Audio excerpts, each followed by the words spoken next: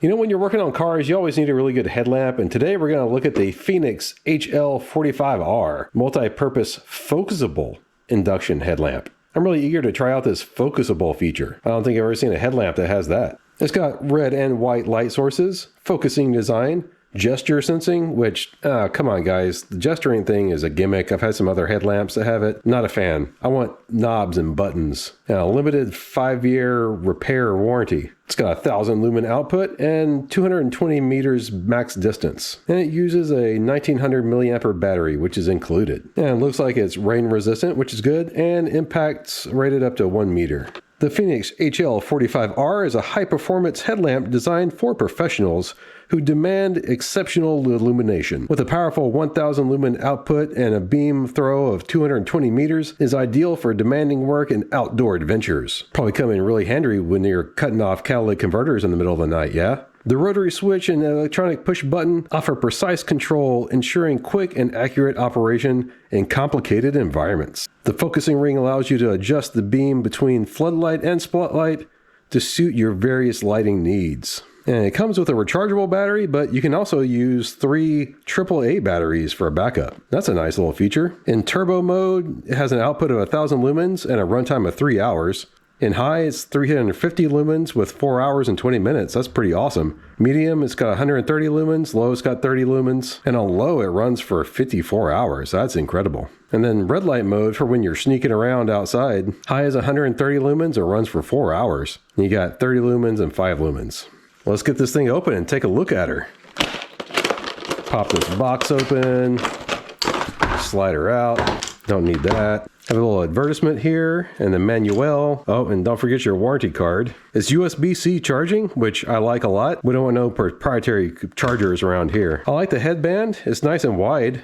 See that? It's basically 2 knuckles deep. That's awesome. And I also like it's a single piece design too. I don't really like those straps that go over the top of your head. The charge port, it's on the bottom here. Nice little rubber cover. Keeps the smooth out. Just like all the other Fenix products, we gotta pop the battery compartment open and remove the little plastic dealie. See the little tilt mechanism right here? You jiggle it around, it does kind of move a little bit on you, but not too bad. You're not gonna be headbanging that hard, are you?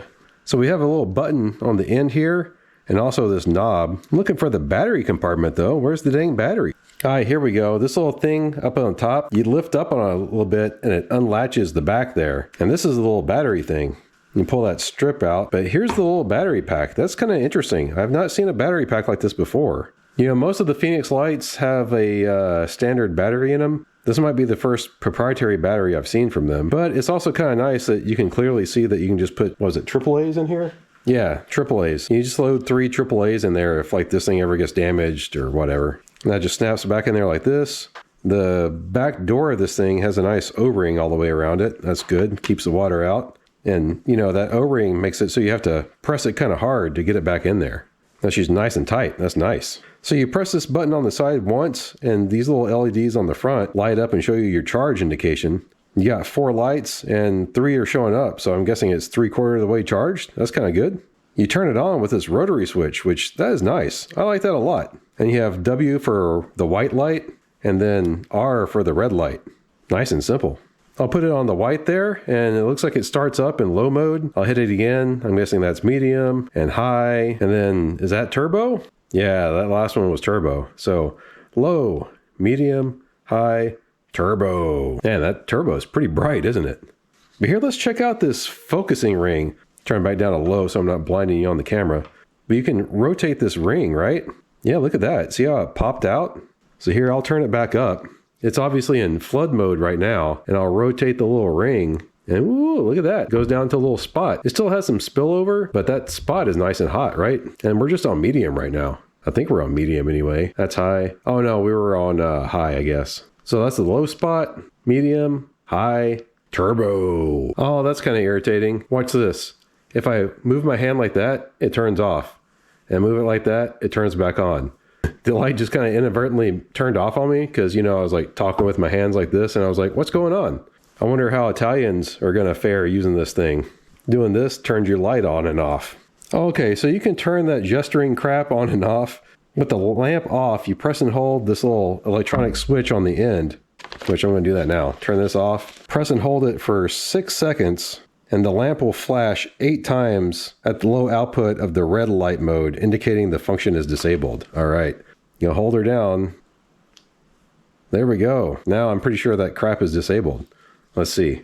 Yeah, all right. This is how she looks wearing the thing. You know, with it up on my head, it's real easy to activate that switch. That's real easy. I like that a lot. And that's with it on low mode. I don't want to look directly at the camera, you know, to blind you guys. But yeah, that's really easy. And this thing like tilts up and down nice and easy. The band, I think, is pretty comfortable. I mean, definitely, it's got a little rubber thing that runs around the inside of it that really sticks it to your head really good. That's nice. I like it. All right, let's see how much this thing weighs, because you know a good headlamp needs to be kind of svelte. It weighs 4.9 ounces. That's not the lightest headlamp ever, but you know, it's not the heaviest either. And this thing is pretty comfortable to wear. I know you guys probably want a runtime test, but I've found Fenix's advertised runtimes to be pretty darn accurate, especially considering they tend to ramp down the output of whatever you have it set at. Like you see, we have the output chart right here. So when you put it on turbo, it's really only going to last on turbo for just, you know, was that like 20 minutes or something? And it's going to drop down to what's essentially high for the remainder of the time. And it does the same thing in high mode too. You know, even when on high, it's going to drop down its output after 30 minutes, and it's going to drop that down again just a little bit after an hour. And that's what keeps these things from overheating and from the batteries exploding. And that's where you get that, you know, 4-hour runtime from.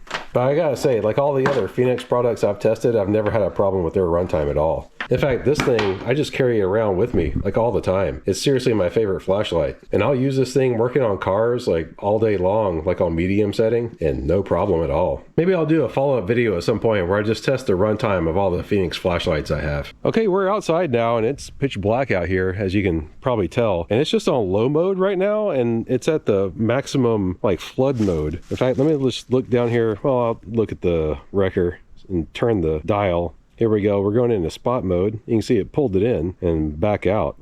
And again, this is on low. I mean, it looks pretty dim to my eye, but it kind of looks like the camera is taking it pretty well. Let me turn this guy up. There's medium, and that's like maximum flood mode. And then high. Man, that looks good. And can you guys see any flickering at all on the camera? You know, one of the problems I have with lights, you know, especially since I film a lot, is that some of the cheaper lights, the power regulation in these things isn't that great. It actually causes flickering on the camera, like especially in lower modes. But yeah, like even in low mode, I don't see any flickering at all. That's awesome. Well, let's leave it on high for a minute and we'll take a peek under the hood here. Yeah, with it on high, I mean, you can see everything. Everything looks good. You know, I was kind of thinking I might need to adjust it to spot mode. In fact, let me do that now. Turn it down to spot, you know, and that way you can really look down in the corners. But it's not necessary for working up close, you know. Just keep that thing wide open on flood. Let's look out here at the junkyard.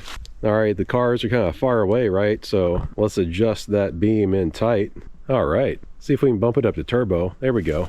Yeah, not too bad, right? Not really sure how far away you could say those are. It's I would not say that's 220 meters. You look in the trees for drop bears, you know, that's always good.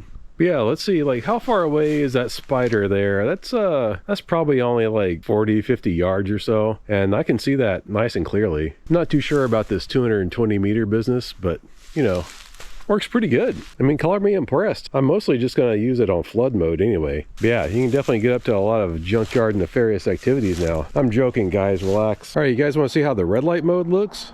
Yeah, that's nice and spooky. Well, that's pretty good. Dang, up on high, yeah. Yeah, there you go. That red light's no joke. Actually see pretty good with that. And of course, the red light's not focusable, but you know, neat. Man, that's creepy. Like all the reflectors are really picking up the red light out there. I can't really see it on camera, but I see it with my eyes. Well, all right. This thing's pretty neat. I dig it. And if you want to get one for yourself, there's going to be a link down in the description below. And remember, Fenix does 20% off for veterans. So be sure to sign up with them on their website for that. Well, thanks for watching. Give us a thumbs up and subscribe if you're not already. See you guys next time.